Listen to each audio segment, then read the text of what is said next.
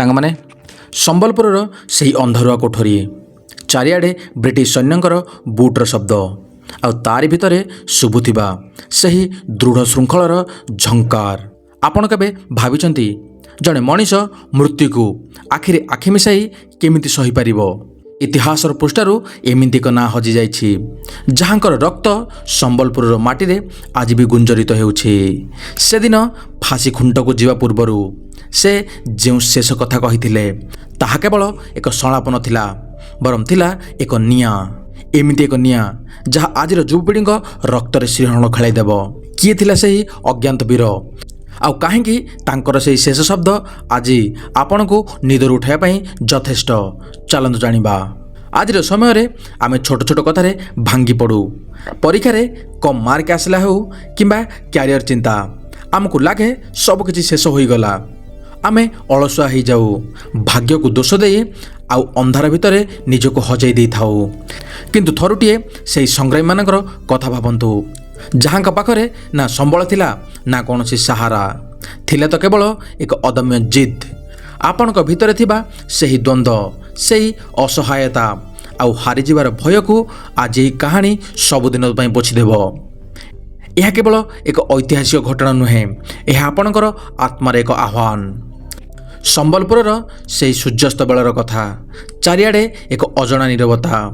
ସେହି ବୀର ସଂଗ୍ରାମୀଙ୍କୁ ଯେତେବେଳେ ପଚରାଗଲା, ତୁମର ଶେଷ ଇଚ୍ଛା କ'ଣ, ସେତେବେଳେ ସେ କୌଣସି ଦୟା ଭିକ୍ଷା କରିନଥିଲେ, ବରଂ ସେ ବ୍ରିଟିଶ ଅଫିସରଙ୍କର ଆଖିକୁ ଚାହିଁ ଖୁବ୍ ଶାନ୍ତ ସ୍ୱରରେ କହିଥିଲେ, ମୋ ଶରୀରକୁ ତୁମେ ଶେଷ କରିପାରିବ, କିନ୍ତୁ ମୋ ଭିତରେ ଥିବା ସେହି ସ୍ୱପ୍ନକୁ ନୁହେଁ, ଯାହା ଏହି ମାଟିର ଶହ ଶହ ଯୁବଙ୍କ ଭିତରେ ଏବେ ଜନ୍ମ ନେଇସାରିଛି। ତାଙ୍କ ସେହି ସ୍ୱରରେ ଏତେ ଶକ୍ତି ଥିଲା ଯେ ଗୋରା ସାହେବଙ୍କ ହାତରୁ ବନ୍ଧୁକ ଖସି ପଡ଼ିଲା।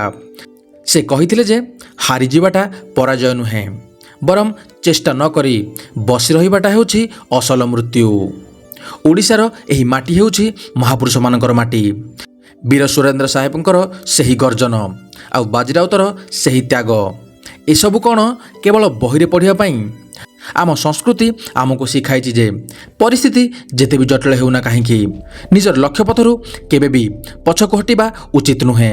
ଆପଣ ଯଦି ଭାବୁଛନ୍ତି ଆପଣ ଏକୁଟିଆ, ତେବେ ମନେ ରଖନ୍ତୁ ସେହି ସଂଗ୍ରାମୀମାନଙ୍କୁ, ଯିଏ 100 ଜଣ ଶତ୍ରୁଙ୍କ ଗ୍ରହଣରେ ବି ନିଜକୁ ବିଜେତା ବୋଲି ଭାବୁଥିଲେ।